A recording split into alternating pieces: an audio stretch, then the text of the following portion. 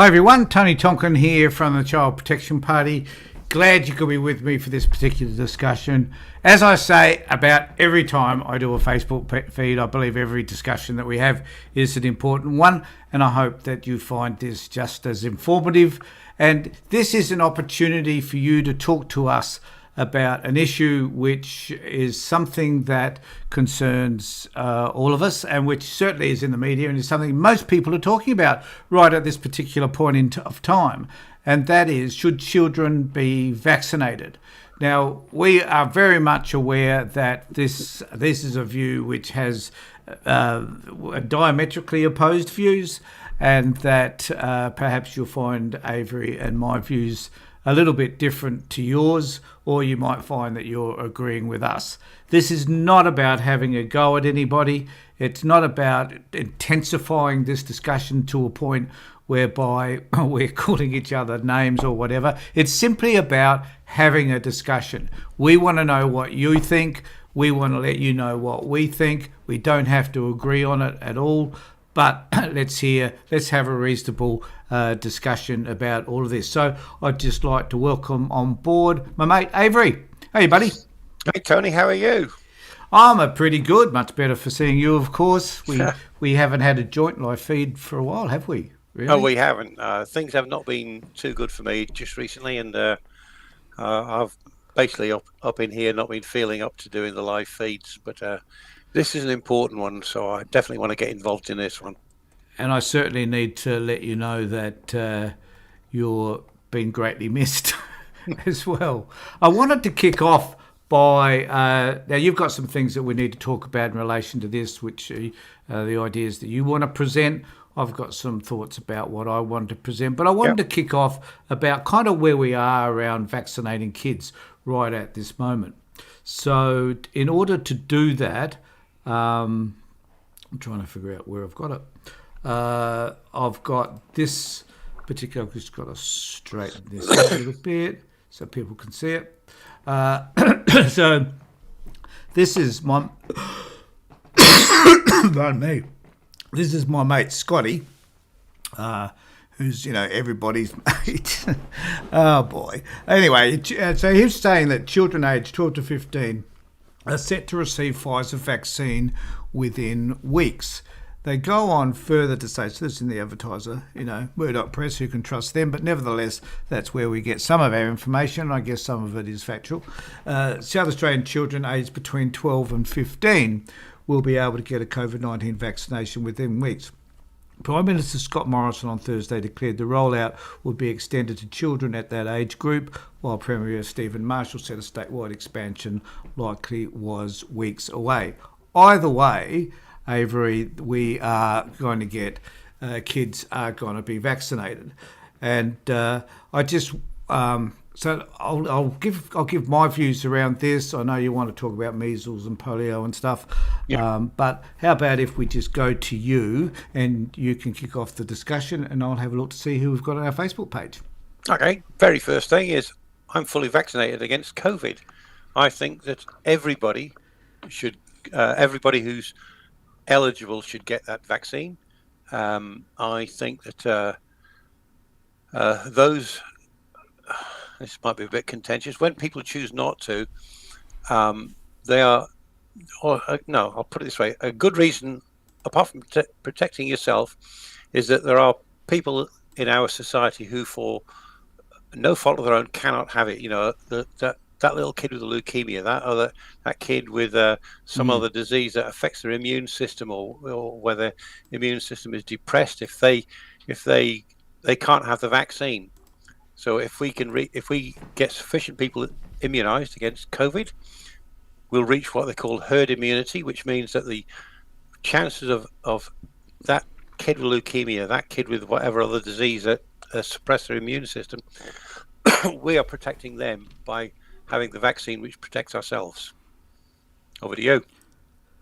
Well, I think that's a really good way to start. That number one is the vaccine valid, right? Because we often hear, Avery, that there will be people that will challenge the idea about this particular, and I wonder whether they're challenging the idea of the COVID vaccine, or whether they're challenging the notions around vaccines in general.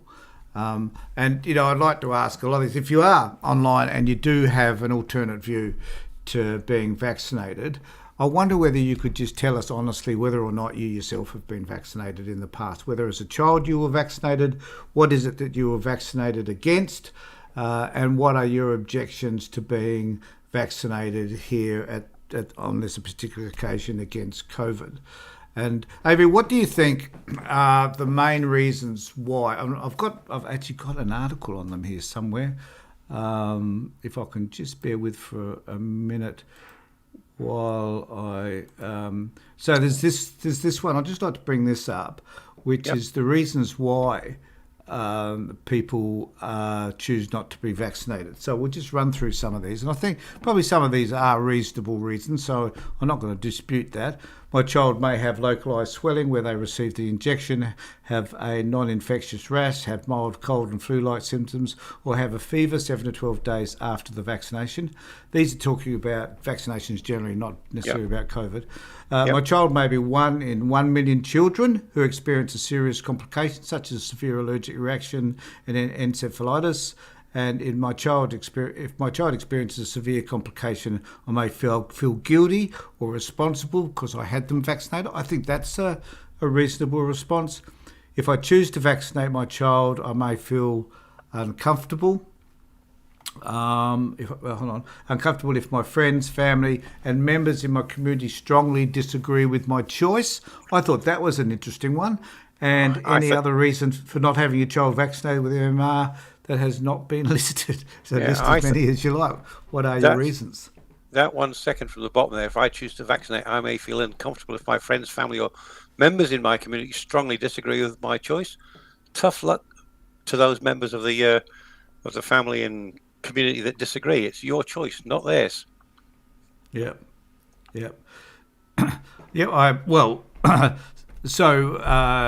Yes, and someone has already posted. So this is Michelle has posted.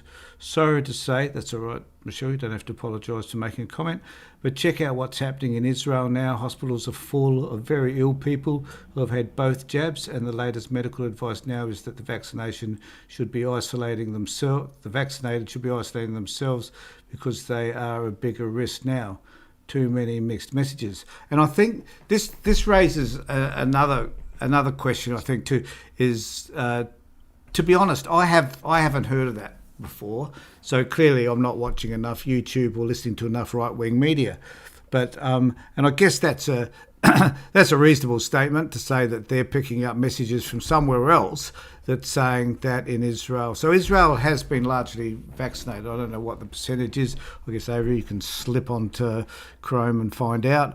But I'd not know, Michelle, where did that particular message come from for you? I'm not disputing it at all. I do know that as far as the messages I'm getting, that there have been primarily most of the people that are in Australia anyway, as far as the information that we have. There's another issue. Do you trust the people delivering that information, like governments, medical practitioners and so forth?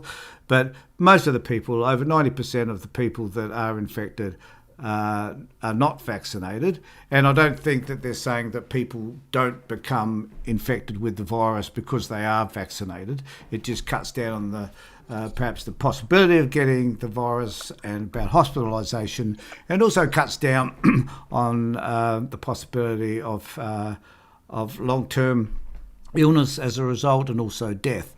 So they're probably good reasons, I think, probably to be vaccinated. And I haven't seen any data yet, as is the data that Michelle's offering, that tells us anything different. But Michelle, if you'd like to pop up on there where you got that from, just put a link in there. We'll have a look at it. We're open-minded, so please feel free. In Israel, they are 65% of the people who have been vaccinated. 61% are fully vaccinated. I've just looked that up. I've not heard this thing. Leslie Mitchell says this is not a vaccine; it's an injection, and nothing like a vaccination, and still in trials until 2023, 2025. Yeah, I saw that. I saw that report too. That's crap, incidentally. Yes, it is crap. It's a vaccination. One of the problems with the vaccine for COVID that we've got is that people think we didn't have COVID at the beginning of last year. Now we've got a vaccine. So the vaccine's only taken 1 year or less than a year to produce it. That's right. It is based on some technology called mRNA, which scientists have been researching since the SARS outbreak in the early 2000s. They've been researching mRNA vaccines for nearly 20 years. Possibly it is 20 years they've been researching it. And to develop the vaccine for COVID required very little effort on their part to modify what they'd done with the mRNA vaccines that they've been working on to get it to work with COVID. Yeah, it's a good point, Avery. It wasn't like they're starting from scratch. No. They had most of this done. I think, regrettably, some of this was done in the Wuhan lab, frankly, and in other places around the world. However, they were partly way there. So what she's saying, and I saw this same report elsewhere, was that most vaccines, if they're starting from scratch, will take 4 or 5 years to develop. That's where that 2023 to 2025 or whatever it is stuff comes from. Yeah. So it's not specifically, it's not true in this case. If you want to believe it, that's fine, believe it. But the fact is, it is still a vaccine. It is not an experiment. I think the point, though, I reckon, is that with most vaccines, they do their trials, and the problem, of course, is whether you've done a trial over a longer period of time, whether you had enough participants in that trial, whether how the placebo group worked out against those people that had been using the vaccine, and all that sort of stuff. And that stuff in itself takes time. And I do agree that in terms of this vaccine, a lot of those trials took place in a relatively short period of time with the mRNA vaccines as they were finally developed. So, look, I understand that fear. I don't have an issue with that. But under the circumstances, I think to a large extent, perhaps this is kind of like a test case, right? We've never had a virus of this. Well, we had. There was the Spanish flu virus, of course, but in recent times, 100 years ago, in recent times, like recently, we had SARS in the early 2000s. That's right. There was SARS was a coronavirus, exactly the same as this, same family of viruses as this one that we've got right now. Yeah. There was a thing called MERS, Middle East Respiratory Syndrome, which was a coronavirus that happened about 8 or 9 years ago. Now we've got this COVID-19. Saying that it was done in Wuhan, I don't think is helpful, because we don't know how it came about, whether it came from directly transferred from bats to humans, whether people were stuffing around with the virus in the lab in Wuhan, or whether they were trying to weaponize it. Who knows? Thing is, saying it came from Wuhan. I don't think we should be saying that until we know for certain. Well, I think the point is, I mean, even if it came, I was amazed at this argument, because even if it came from Wuhan, what the hell are we got to do? Like, how's that going to change what's happening to us now? It doesn't make any difference where it came from. It's here. That's right. There's another comment here about Angel. Did you see Angel's comment? I didn't, but I've just got to say about something here. The same person who said that COVID, it's not a vaccination, it's an injection, said it doesn't protect you from getting COVID. Now, look at the data from the United States. They've got huge numbers of people going down with COVID, and the 99% of them, 99% of them are unvaccinated. That says to me that the vaccine is protecting the people who have been vaccinated. Yes, but I don't know. You see, I guess I don't wish to be the devil's advocate here, but I will be, because I think people will argue that they can't trust that. So you can't trust the CDC, you can't trust the TGA, you can't trust doctors, But you can. But you can trust Who do you like? Who in the hell? If you can't, you can trust some random dude like David Wolpe on YouTube, right? yes. Or you can trust someone like a person's 10 minutes of research on YouTube beats their snot out of somebody's 20 years in a science laboratory. Or you could trust Sean Hannity or Carlson Tucker. Sean Hannity. Yeah. So, I know what you mean. Tucker, whatever his name is. Tucker Carlson. Tucker Carlson, whatever. Yeah, I don't know. Alan Jones. Anyway, we don't need to go overseas to find idiots who No, we can find Alan Jones here as opposed to Alex Jones. Andrew Bolt. Andrew Bolt and those guys. So just explain this to me, because I've got a theory about this, but it's kind of like we want to live in a bubble. So we choose. I try not to choose unnecessarily a one network. Like, I'm interested in having a listen to what other people are saying, because that helps me to kind of validate my view, particularly when I think they're crazy. But I think people tend to want to live in this bubble, and I don't understand, Avery, why it is that people want to believe that the vaccine doesn't work, that it's all a hoax, that it's a conspiracy, that I therefore don't want to protect. Someone mentioned something. There was something up the other day, I don't know whether you saw it, but it said something to the effect that a judge or somebody had said that offering the vaccine is child abuse. Yeah. I don't know whether you saw that. Somebody from the AMA. Yeah. Oh, no, that's right. It was. You're right. It was. Yeah.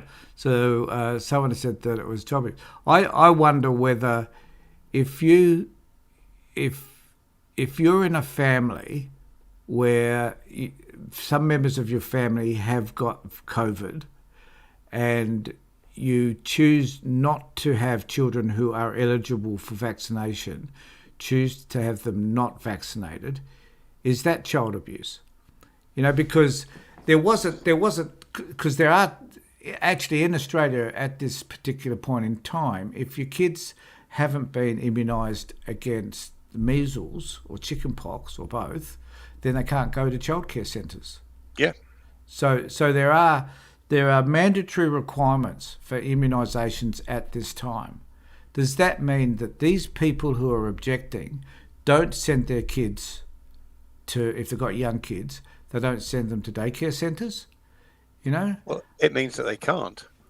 Well, they can't. No, they can't. I wouldn't say that saying I don't want my kid to have this vaccine, especially one like COVID, I wouldn't say I don't want them to have it because I am worried because it's so new. I fully understand that. I'm not criticising people who say that. My criticism is those who think that they know better than the scientists who spent 20 years, 30 years researching in vaccines. People have spent 20 years researching the mRNA type of vaccine. They've spent 20 years doing it. Somebody spends 5 minutes on YouTube looking at a video by some anti-vax science-denying person, and they think, oh, this guy knows what he's talking about. Their 5 minutes chat on YouTube trumps 20 years of proper scientific investigation and research. That really gets my goat. But I say, somebody who does it for, like the reason Angel says, you asked me, have I seen her? I've read that post now. I fully understand and I appreciate what Angel had to say there. I completely with that. I totally get it. I'm trying to find what she said now. It comes down to medical freedom. Don't want my children vaccinated or myself, as my doctor has not insisted. Only the West Australian Premier. I understand herd immunity. That one. Yeah, I understand where she's coming from.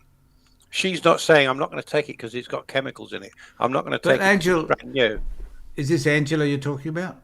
Angel Hale? Angel. Well, Angela Mills says all government levels admit this is a trial. Well, I would argue that life's a trial. That we don't know what's going to happen until the very end. And so life is a trial.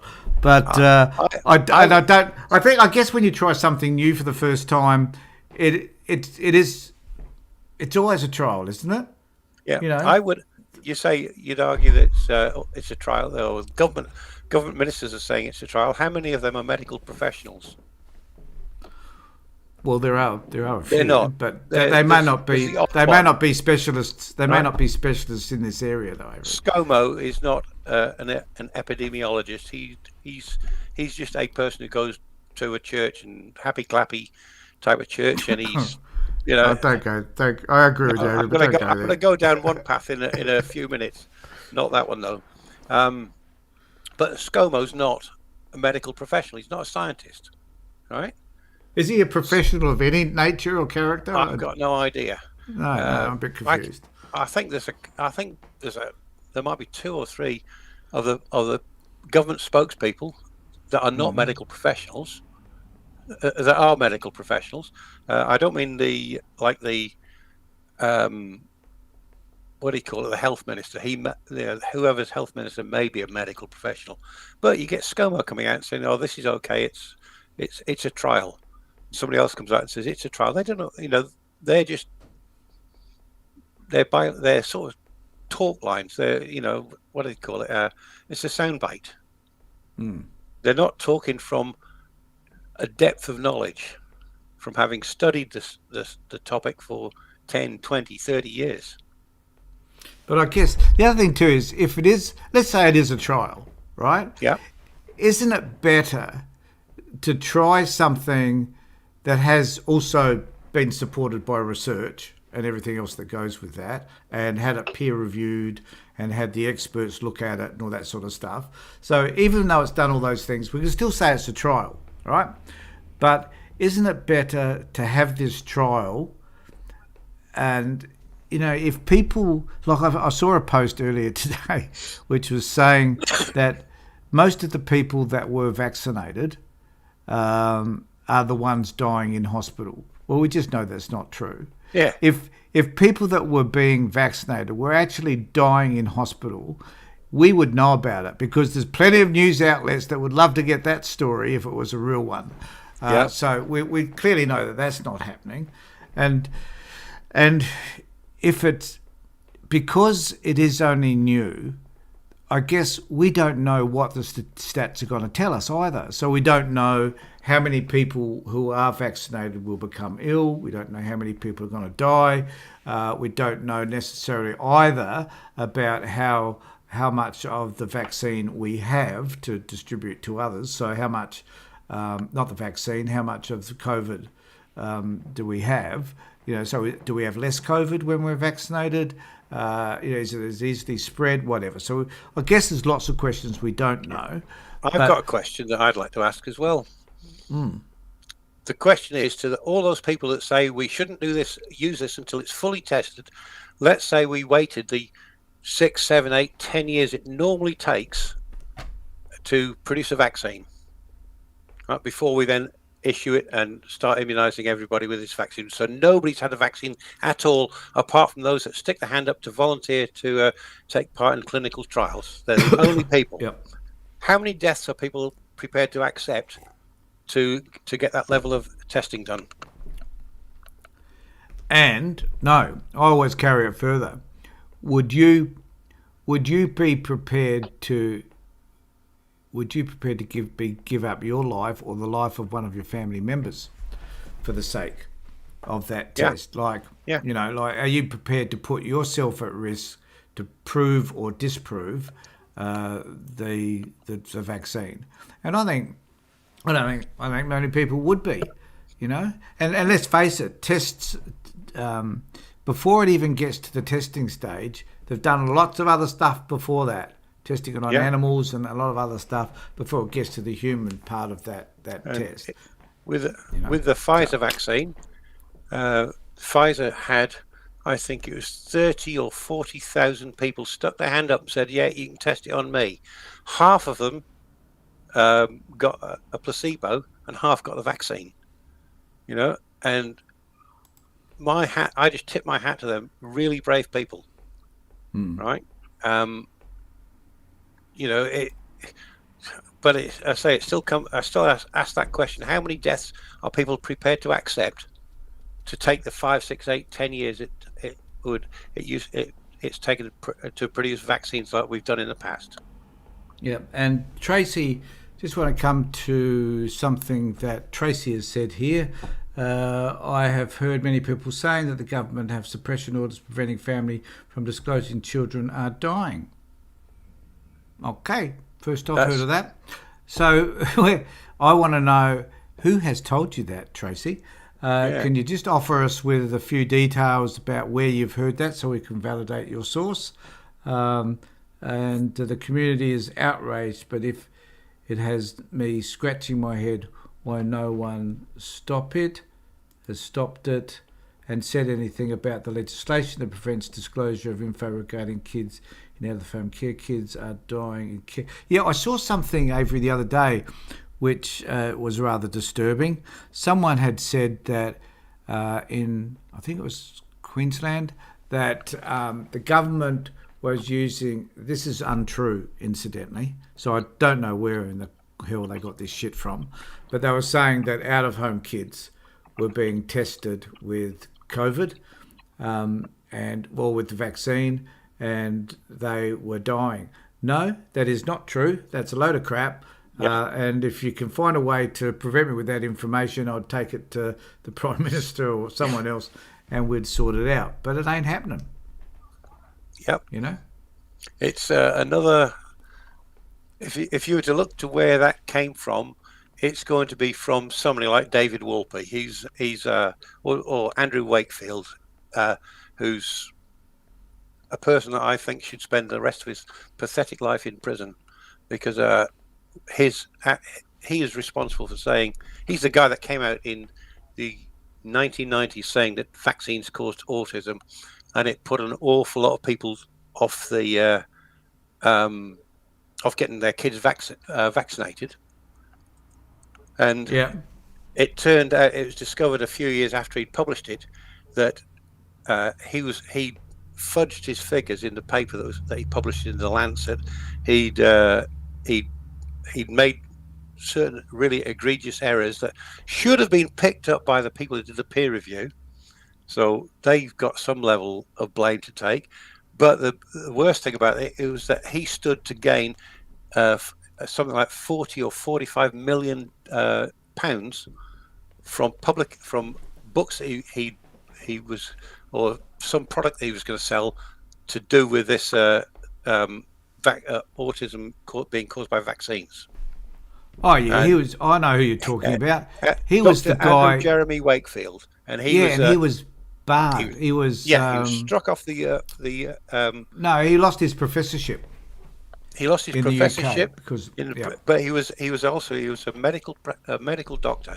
He lost his license to practice medicine anywhere in the UK. Sadly, so in other words, he's practicing medicine in the United States. So you can talk crap, but if you're a professional and you're talking big time crap, there's a good chance your profession will come after you, and rightfully so. I just want to start that someone else put up here an interesting one. Was it Tracey again? No, that was the suppression order one. That's right. So it was Claire. It's valid for people to question and distrust the government, politicians. I agree. Couldn't agree more. On your page there, Claire. And doctors. They have wronged us. Yep. Agreed. Lied to us. Yep. Harmed us in the past with zero consequences, especially when... Claire, I agree on all of those counts. 100%. I think, hey, we're all on the same page. So can you tell when the politicians are lying, their lips are moving. Their mouths are moving. Yeah. I guess, so this is the thing about COVID. I want to get back to children in a second. You've got some stuff here on polio and stuff that we need to talk about. But I just want to get back to the notion that that this is actually this is an incredibly serious subject, because we're going to be stuck with COVID, Avery, for a long time. This is going to be wearing masks, all the other stuff that we have to do is going to be here for a long time. Yep. Now, those people out there that are the free, someone told me that they weren't freedom fighters, they were freedom fighters. I don't wish to be too derogatory of those people that are choosing to argue that their freedoms are being taken away from them because they wear a mask. And I guess they're the same people that probably drive around in their cars without a seatbelt and drive on the right-hand side of the road. But I also want to say that everybody has the right, and I believe this 100%, everybody has the right to declare how they feel or what they believe about anything. That is fine. But when it comes to a public health issue, that is the time that those people whom we elect to represent us need to step in, not because they wish to be autocratic or dictatorial, but primarily because they represent us and they should be listening to those people within government, so public servants, who are the ones who are paid to advise them about what is in the public's best interest. Because I tell you what, a lot of the time politicians don't know what's in the... For politicians, it's about what's in their best interest, not necessarily the public, you know? Yeah. So, well, you agree on that? The Department of Health would have a lot of medical professionals employed in there, a lot of medical scientists. They are the ones that should be providing the advice to the Prime Minister, to the state premiers, etc. And that is what, even better than the Prime Minister standing up and saying this is what we should be doing. It should be like they did in the United States when they had Tony Fauci standing up and saying stuff. The person who actually knows what he's talking about, right? The person who, if a question is fired at them, they can answer it. Yeah. Right. The Prime Minister, ScoMo can't answer some in-depth question about the way the drug was developed, the vaccine was developed, for example. But somebody like Tony Fauci in the United States, he could, if we've got the equivalent sort of person. Kelly's the same equivalent. Yeah. But and not Craig Kelly. Let's just define those two differences. You know, from one person that's intelligent to the moron.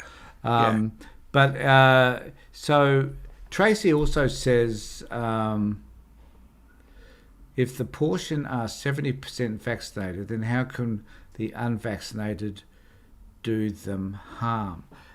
Well, actually, that's really a good point, because that's about herd immunity. When we get to, and it's more than 70, so we have to get over 80%. Yeah. And Avery, you might like to talk a little bit about this in terms of measles and polio. Yeah. Because when we get beyond a certain percentage, then the vaccine does not move throughout the community as much, and it won't. There won't be variants. There'll be less likely to be variants. It won't mutate, in other words, into something else. I believe. I'm not a doctor. I'm not a scientist. I wouldn't have any friggin' idea. But that's my understanding. So there is a chance that that will happen when enough people get vaccinated. And I guess that's the other point too, Avery, about children, is the more vaccinated we get, the more likely we protect our kids. Yeah. You know, I'd hate to think that I had my grandchildren, and you're the same, who'd hate to have the grandchildren staying with them. And even as a vaccinated person, and I did have some COVID-type symptoms, I would hate to think that I was hanging around my kids, probably my grandkids. I'd feel the same even with the flu, I guess. Yeah. COVID just happens to be worse. And the other point I just want to make before we get on to the other stuff you want to talk about, in all this, we can only trust ourselves and our own immune system. Now, I don't know how much, as an older person, I actually know about my immune system. I don't know. I don't carry a gauge on me that says your immune system is good, fantastic, the best it will ever be. I don't know. And I don't even know if we can go to a medical practitioner like our doctor, and they can say, oh, your immune system's fabulous. Here's a test. Look, I've just got your temperature, done your blood pressure, read your pulse. I know you're in fabulous condition. They don't know what your bloody immune system's like, you know. So how do you know what your immune system's like? A good indicator is you're 70 years old, same as I am. All right. Don't have to tell everybody how old we are, Avery. It's embarrassing. Your a number between 69 and 71 years old, just Thank like you. me. That's much clearer. Thank you. How many times have you been ill in your life? How many times have you been seriously ill in your life? I've been seriously ill once in 70 years when I had swine flu. I don't think I've ever, apart from the No. flu, which I find horrific, I Yeah. have never been seriously ill. Yeah. So if every year or two you get really unwell, maybe your immune system's not so good. But if you rarely get a cold, you've never had the flu or something like that, you could be fairly sure that you can't be 100% certain, but you can be fairly sure that your immune system's doing its job. But I think I might have enough information to know potentially my immune system may not be as as good, not well developed, as good as a 10, 11-year-old, maybe. That's because you're seven. know? If you take that 10-year-old, you're 77 times older than they are. That's Well, why. that's right. So immune Right? system's has been worn down a little Just bit. like every you other know? every other part of your body wears out as you And age. and it depends on what you've been doing with your life too, whether Yeah. where you've been working, the environment in which you're working. So if you're working in a chemical factory, the chances are your immune system's not all that crash hot. I would suggest. Actually, if you've been working in the chemical factory, Or maybe it's built up. and your employer has been doing the right and proper thing, you're wearing protective equipment all the time. Now I was talking about the 50s and the 60s, mate. Where that didn't. You mentioning chemicals is a really good segue. That graphic that I sent you with that list of chemicals, can you put that up? I certainly can. There we go. There we go. Is it up for everybody? Here's a list of chemicals. How many? My question when I hear people saying, I don't want that vaccine because it's got chemicals in it. Most vaccines have got one or more of those chemicals in them. So would you put it into your body? Would you, Tony? You know the answer to this because I asked you earlier on. No, you wouldn't. No. Would you eat an apple, Tony? Yes, well, you would. actually, no, I don't eat. Yes, I would eat an apple, Avery. Of course I would. Yeah, people would eat apples. Every one of those chemicals is in an apple. Would you eat an apricot? Yep. They contain cyanide. Would you eat lettuce or mustard or a cabbage? They contain strychnine. People see the chemicals, they see this horrible name, they think it's got to be dangerous because it's got chemicals in it. Would they ever drink dihydrogen monoxide? They are surrounded by it. When they make their coffee, they're drinking dihydrogen monoxide. It's water. It's a chemical. People are saying things when they don't really understand what it is that they're looking at. I think, Avery, you've just convinced me to give up eating. Yeah. That the anti-vaxxers play on that fear. There's a chemical with this horribly long name, 2-methyl-3-4 pentanol or something like that. Pentanol butyrate. Oh my God, that sounds awful. Don't want that in my body, but it's in an apple, and they'll eat the apple, right? Because it doesn't. When you buy the apple and it's a list of ingredients, it says apple. It doesn't give you all that. And heaven only knows what. And I get really frustrated when I hear this from people.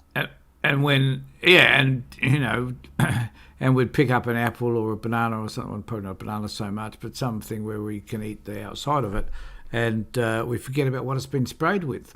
Yeah. And how it's preserved and how long it's been kept in a freezer and all that sort of stuff. So, yes, there's lots of stuff we eat that potentially on their own are dangerous. The other thing I think is too, when people start complaining about things that are dangerous to them, I reckon most of the people that would be having this conversation with probably drink alcohol, and we know that alcohol on its own is the most deadly drug you can have. Like 100% alcohol is seriously, it is the most deadliest drug you can have. And yet people take the watered down version of that all the time and don't think twice about it. Yet the same people would be complaining about taking a vaccine for which they know nothing about really. And as you just said, has a whole lot of these other chemicals in it, which we'd probably eat on a daily basis. Absolutely. Everything you eat has got chemicals in it. We are made of chemicals, right? the cells in your body are made from chemicals. They're not. I don't know what people are thinking. You know, when Well, they we say, are "Oh, it's not. got Well, I thought we we were are 90% water. So that we're water is a H2O. chemical. That's Water is a right, chemical. H2O. Dihydrogen monoxide is water. So, Ava, I just wanted to come to this one here. You've got that graphic. Yes, I wanted that Yes, one to and come up. just so how about you having a conversation about this? Because I just want to get before we finish. Let's get back to kids.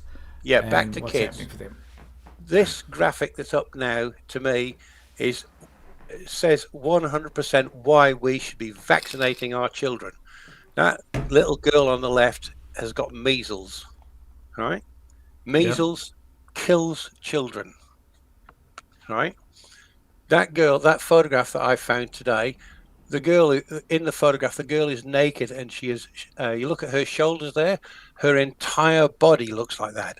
Her stomach, her back, her legs, her private parts is all like that, right? That kid in the middle, its legs, her legs are deformed because of polio. That picture on the right is a hospital ward in an intensive care unit I think it's looking at the nurses' uniforms. I think that's the UK in the 1950s or the early 60s.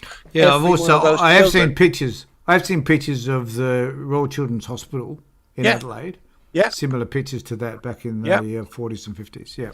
Yeah, that was an intensive care unit. I've got an interesting factoid about the intensive care unit as well. That's an intensive care unit in a British hospital, I think, because of the uniforms that the nurse is wearing, taken in the 1950s or the early 60s. Every one of those things, they're called iron lungs, and every one of those things contains a boy or a girl who had polio. Now, how many iron lungs are there around today? The answer is practically none. In 1955, right, in Australia, there was 3,579 cases of polio. In 1956, mass vaccinations were introduced, and in 2019 there was 0 cases of polio. In 2020 there was 0 cases of polio. Where is it? Polio thing I was looking at earlier on. Mass vaccination for polio. Where the Western Pacific area was declared free of polio in October 2010. October 2000. It's endemic in 3 countries, which is Nigeria, Pakistan, and Afghanistan. I mentioned Happy Clappy Christian ScoMo earlier on. In Nigeria, there's a terrorist group called Boko Haram. They taught the people in northeastern Nigeria that the polio vaccine, which the World Health Organization, it was the only place on the planet where it was left in this area of northern Nigeria where there was polio. And the World Health Organization were going in there to do a mass vaccination of all the children in the area. And if they could have got them all vaccinated, they'd have been declaring polio eradicated. Boko Haram persuaded these people that it was a Western plot to destroy Islam. Some people got polio, flew to Afghanistan, the home, a haven for terrorists, and into Pakistan, another one. And it ended up now it's endemic in those 3 countries. If we don't carry on vaccinating against polio, we're going to have it in Australia. We're going to have it in the United States, and in UK, and in France, and South Africa, and it'll be all over the world again if we. So I guess your very strong and passionate argument here is that there's strong evidence, like this stuff is beyond trial, and so there is strong evidence that vaccinations work. We know they do. It's overwhelming evidence. It's unquestionable. So so I'm wondering whether like when they were starting the polio vaccinations, whether they also called them a trial. Well, in the 1950s when they started introducing the first mass vaccine program started in 1930 for diphtheria, right? 1969 was the measles one. 1940 pertussis, whooping cough. In 1970 they started a mass vaccination for rubella. Rubella. Vaccination. Rubella is an It's interesting one, I think. 1943, there was 50,137 cases of rubella in Australia. In 2018, there was 22. And what's the difference between 1943 and 2018? The answer is the rubella vaccine. And it's not because it's got nothing to do with personal hygiene or better nutrition. It's because of sticking a needle into a kid's arm that squirts a little bit of vaccine into them, which prevents them from getting rubella. And it's the same with polio and whooping cough and measles and diphtheria and scarlet fever. And if you can think of a freaking disease, the odds are there's a vaccine that'll prevent it. And if you want to save children's lives, vaccinate them. And do you know how long, this is an unimportant fact, do you know how long vaccines have been around? Yes. Oh, you can tell me then. Okay. The very first vaccine was a guy called Lister, Joseph Lister. There was a smallpox had gone through a small town somewhere in Britain. I think it was in Cambridgeshire or Buckinghamshire, somewhere like that. Smallpox had gone through the town. One person didn't get it, and he discovered when he's talking to her, he discovered that she'd had a thing called cowpox. Yeah, what year was? So when that was? It was in the 1700s. It's in the 1700s, early 1800s. Yeah. Yeah. So the point I wanted to make was that it was in the 1700s that they discovered vaccines through this story. The story that Avery's talking about. How did he test it? He took a little bit of the pus out of somebody with cowpox and injected it into this boy who had smallpox, and it cured him. Right? Yeah, the boy recovered from the smallpox. So to think I guess my point though. Sorry, Avery. I was just saying that is testing that we don't want to have happen today. No, not at all. But I guess the idea too is disease and see what we can do about it. No, thanks. The point is that it's been around for nearly 300 years, and here we are questioning whether vaccinations are helpful. Yeah. I just wanted to. There was one other point here. While you're trying to think of it. Yeah. Another one. The last case anywhere in the world for smallpox was in 1972. Right. It was eradicated because there hasn't been a single case since 1972. It was declared eradicated in 1980. How did that happen? Right? Yeah. Was it better nutrition? Was it better hygiene? Was it aliens? I've got no idea. Maybe it was something to do with the fact there was a mass vaccination program that was started by the Rotary clubs here in Australia, right? That led to that. It was so successful here in Australia that it persuaded the World Health Organization decided to take it up, and they paid for a mass vaccination program right across the world. And the very last person who had ever had smallpox was in 1972. So for 49 years, we've been free of smallpox. We could do the same with polio and rubella and diphtheria and measles if people took the frickin' vaccines. I think. Well, Avery, I'm not going to argue with about that, and I appreciate your passion. I just wanted so Tracey also said, what about when governments release contaminated blood into community and they give thousands of people transfusions and they ended up with HIV? Government took no responsibility for them. Yeah, I agree. They didn't. And Red Cross actually got pulled over the coals. I don't know what happened as a result of that. Can I ask a question on that? Well, can I just finish what I was saying? I'll just finish first. Yeah, go on. I've got a question, though. But then question. But I just wanted to say that that I know of that because I read that in the mainstream media that they didn't get away with that. You're right.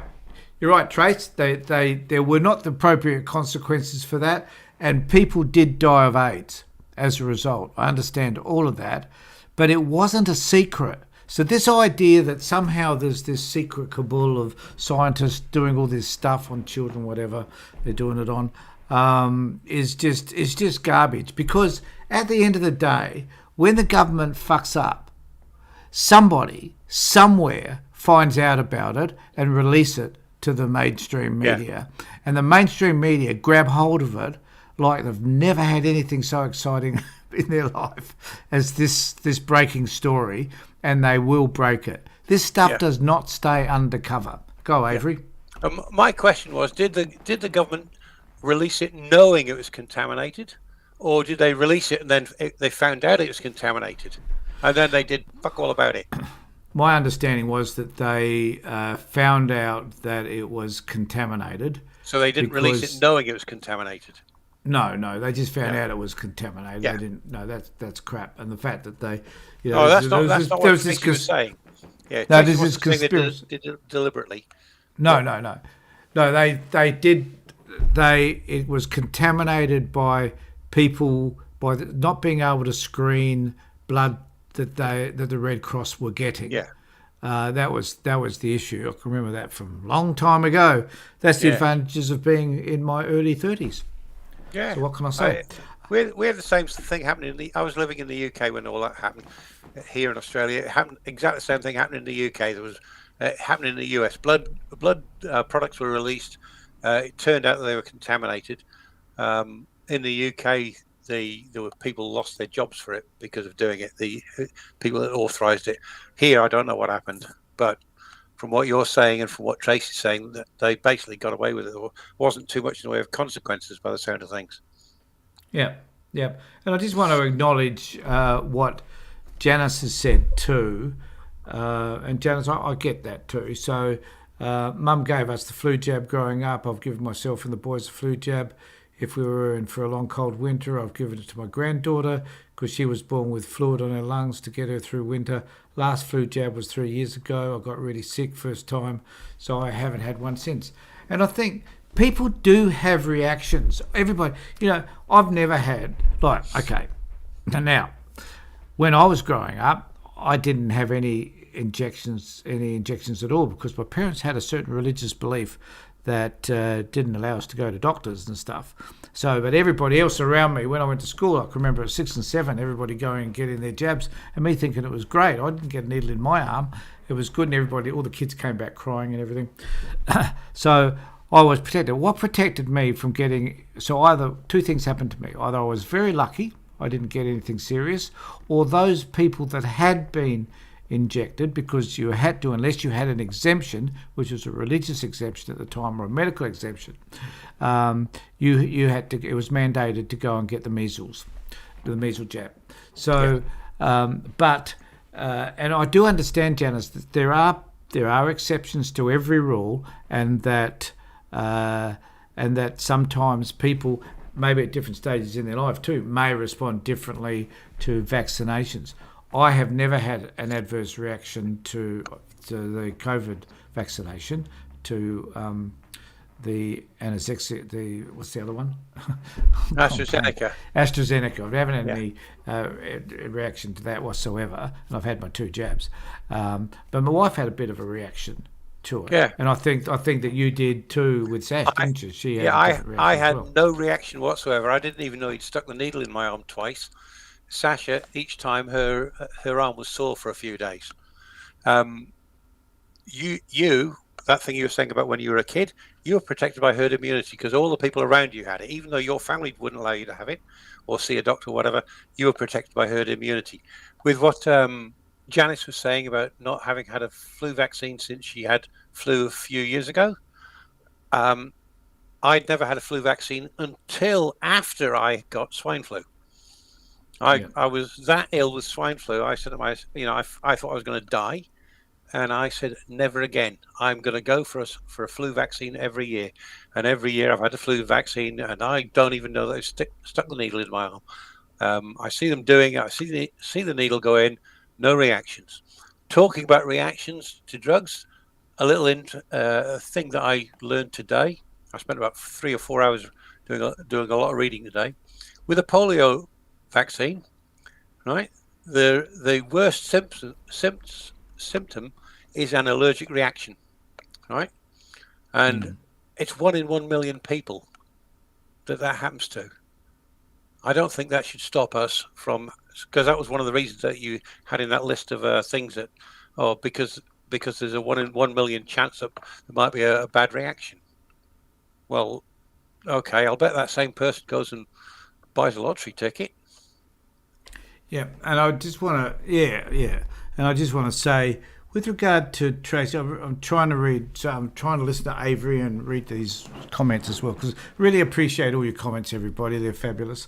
So Tracey says, my friend's son had an adverse reaction. He had seizures and was told at the hospital that they had to sign a waiver prior to treatment because New South Wales is not responsible for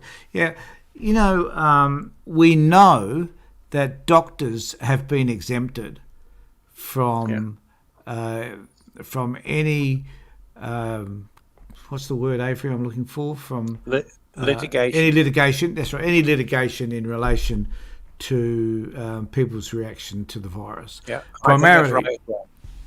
Beg pardon? I think that is correct. They should be protected from it, because if they didn't, we'd end up with a medical system like the United States has got. Yeah, and because the government are the ones encouraging us to do it, so that's the reason. So look, that's not a surprise to me. What Tracey's saying there, that's not news. No. New South Wales Health have said, well, who's in the hospital? I guess they're doctors. So is not responsible for adverse reactions to vax, and told her she couldn't talk to the media after signing it. I find that hard to believe. The doctors have been exempted, but you don't sign an NDA because you have an adverse reaction to, like if she's had an adverse reaction and that she believes it was because of the vaccination, I suggest she goes to the media and has a conversation with them about it.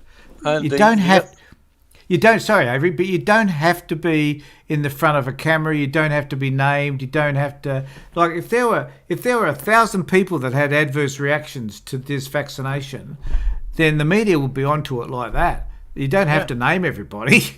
There's a thing that a lot of people are saying about how with the COVID vaccine, about this person had the COVID vaccine, they died. This person had the vaccine, they died. This person had the vaccine, they died. Nobody has shown a link between the vaccine and the death yet, right? The person had a vaccine, they've got a pre-existing condition, they die. Was it the COVID vaccine or the pre-existing condition? People are assuming it was the COVID vaccine. Correlation does not mean causation. Yes, and that, like I was just reading another post there where someone had said that this is what annoys me.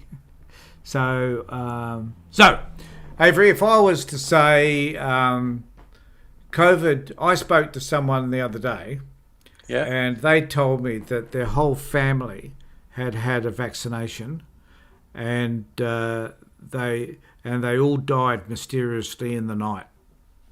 Then, would you? If I made that story up, or I heard it from somebody else, or it was just creeping around on that grapevine, would that make it correct? No. Because I heard someone. So when people say someone commented and said, "Okay, I can make up any sort of crap I like because I just want to stir the pot," or because I have a specific belief system that says that I don't want to be controlled by the government. This is controlling me. Blah. I don't want to wear masks. Blah blah blah.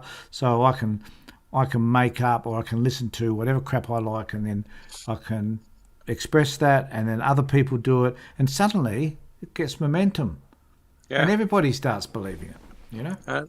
I'll bet you every single person that says I don't want to be controlled by the government, if they drive on the left-hand side of the road. If they come up to a traffic light and it's red, they stop. Right? Yep. Who is it that's put those instructions there telling you've got to drive on the left? It's the government. Who says you've got to stop at the traffic light? It's the state government, because we don't have national regulations about that. You have got to put in a tax return once a year. Who says that? The government. Right? Have you got any choice? Can you say, no, I'm not going to do it because I don't want to pay taxes, like diversion tactics of saying stuff like that? I don't recognise this government. People say. I remember. I remember hearing us. Sorry. I was just going to say, do you want to get medical treatment? They ask you for a Medicare card. Where does that come from? The government, right? I can remember, this is a bit of a side note, I remember hearing years ago, someone was telling me a story. They were travelling in the Bahamas, and they were picked up from the airport, probably a taxi driver or something, I can't remember now. But anyway, they picked up from the airport, and this guy just drove through all the lights, red or green, didn't matter, he drove through all the lights. And they said to him, "Why are you driving through the red lights?" He said, "Well, because I was here before they were." Yeah. And and it's kind of like that same mentality, you know. Like, if I want to do it, I'm going to bloody well do it. If I'm not going to wear a mask. One thing I have noticed, Avery, that I think is important, we'd better finish on this note, is that when I go to the supermarket or the Bunnings, whenever it is, everybody wears a mask. Yeah, same when I go. Everybody wears a mask. So I think those of us that sit on that side of the fence are the majority. Yeah. Without a doubt. It isn't that we shouldn't listen to, because we should. And there's been some fabulous comments here. I really appreciate, and I need to affirm that there's been fabulous comments here. There's been comments that's been made that I don't agree with, but I really appreciate the person standing up and saying it. Yeah, absolutely. But that's, as I said at the beginning of this, that we don't have to agree with what people are saying, but this is a forum to have that conversation. And I'd like people to have further conversation about whether or not kids should be vaccinated. Not many people have actually talked about that, I've noticed. So clearly that's not of that much interest. We talked about it a little bit in terms of the polio and the measles and other stuff, but we certainly believe that it is in children's best interest, when it's correct, when the studies have been done, when the ATAGI and TGA have agreed to it, that kids should be vaccinated. And if anybody, look, I tell you what, if anybody has a specific example of someone who has been harmed, a child in particular, because that's what we are interested in, a child in particular that has been harmed as a result of being vaccinated, let me know. But if anybody has a story of a child becoming severely ill with COVID or long COVID, also, let's not hide from that either. Yeah. Let's talk about that. And let's see if we can, as a political party, we're responsible to you to do the right thing and to ensure that all kids are safe on either side of that spectrum, Yeah. And if your rights are being infringed and you're passionate about that, we're more than happy to have a conversation with you about it. But we'll always lean on the side of facts, not alternate facts, but facts. Can I just give one more bit of information, which hopefully might encourage people to consider getting their kids vaccinated? MMR vaccine. The most serious side effect is a thing called a syncopal fit. A syncopal fit is when the kid's twitching. It's a reflex thing, right? It happens to 1.24 per 100,000 doses administered. There was a study that I read today, published on PubMed, that identified 48 children out of 500 million doses who had this syncopal fit. 48 out of 500 million. If that does not say to you the risk to my child of having an adverse reaction to having the MMR vaccine, then I don't know what else to say. Yep, spot on, mate. That's a really good point. So there's comments like this that irritate me. So what do we eat that contains a spike protein? Got no idea. Do you? What do you? What? And then they say, wake up to yourself. Well, I'm pretty woke, buddy. But obviously you're not. And if you've got a name like Diversion Tactics, then I think you're kind of a bit on the edge and that you're just trying to stir things up, and we're not going to bite. So, Avery. It's got spike protein? Yeah. That was the question, was it? Rice. Yeah. What? Rice. Oh, rice. Oh, thanks. my my researcher and mate Avery has told Diversion Tactics to go not yourself because clearly Rice has. It took so me the answer 10 is seconds there. to find it. Well, maybe apart from Facebook, Diversion Tactics hasn't got a computer. So that maybe his only some people's computers only work on Facebook and YouTube, apparently, Yeah. and they can't do just general searches.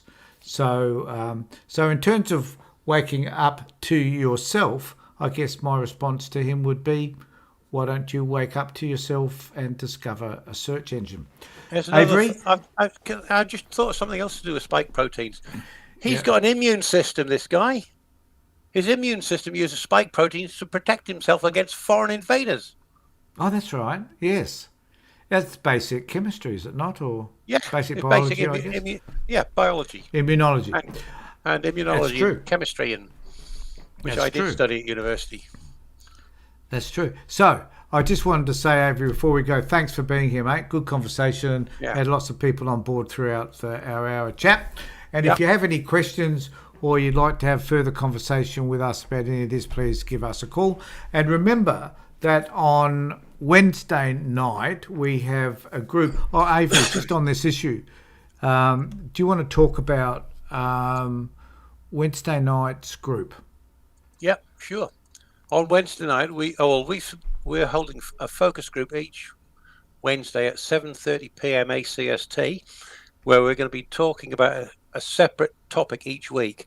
2 weeks ago, that was the first one where we had I think it was 10 people that turned up from the general public on this. They spoke about their experience. It was a sort of get to know you thing, and then we worked out 10 or 12 topics that we would then talk about. Last week, a bunch of them got together and spoke about parental alienation. This week, we're speaking about the false allegations that people make. That false allegations would tie straight in with parental alienation, I guess. The thing with these is that they are, although we tell you about it on Facebook, and we record it, we do not publish it on Facebook or any other social media. We don't publish it on a website. It remains completely 100% confidential to the Child Protection Party. We use it because we want to formulate policies, and we need to base our policy on what you tell us. And these focus groups are your opportunity to come in and on this particular subject. This is what my views on, in this case for Wednesday, false allegations. And this is what I think should be done, how we should deal with them. There's a thing after the parental alienation one last week.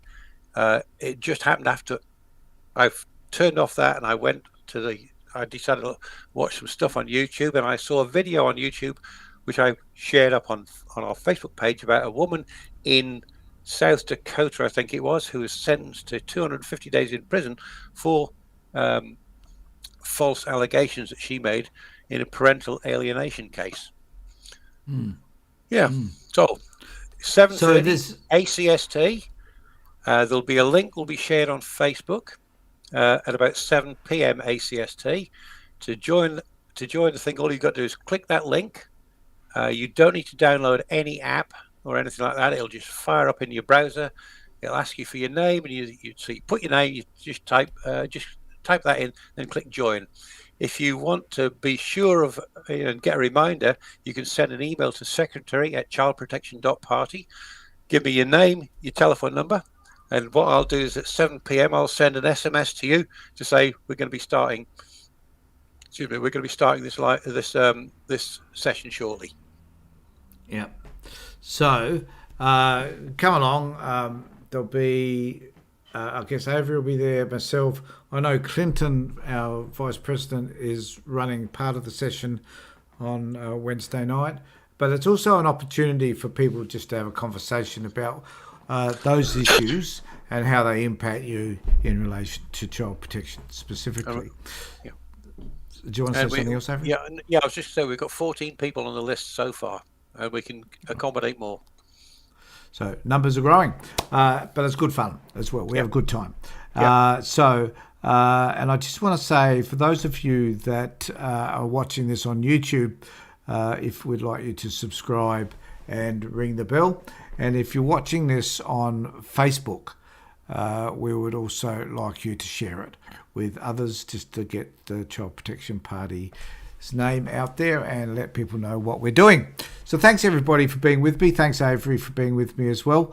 I just want to say, just take care of yourself, and more importantly in these troubled times, be safe. Bye everybody.